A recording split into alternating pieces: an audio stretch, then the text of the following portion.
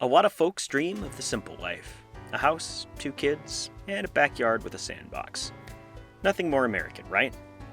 Well, except that sandboxes weren't an American innovation.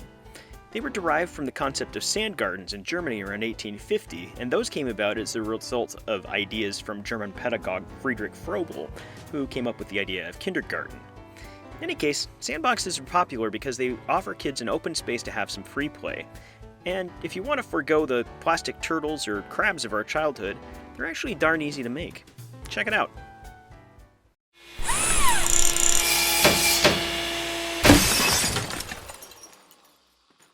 So the first thing up, I had to go ahead and break down my stock. I wound up cutting these 2x10s straight out of my truck bed. Just rolled them right onto the saw, cut them off at 6-foot lengths. That was going to make up the sides of my sandbox.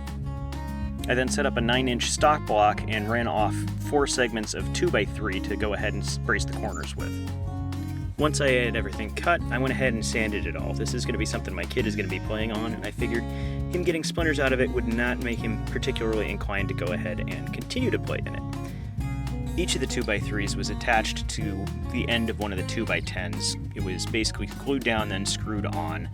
Then those were used as kind of the corners. So I would go in from the other side, glue it, screw it down, drive in enough screws that it ain't going anywhere. I clamped them up to make sure that they held in place while I was doing it. From there, I went ahead and did weed block fabric under the bottom. Now you can see that I set it down on weed block fabric. I had some left over from a previous project that I thought was going to be enough.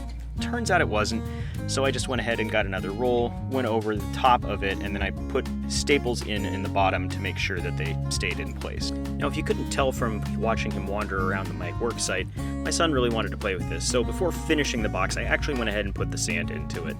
There's 1,000 pounds of play sand in 60-pound bags. The Home Depot guy doesn't come home to help you unload those, so that was a fun experience, we'll just put it that way.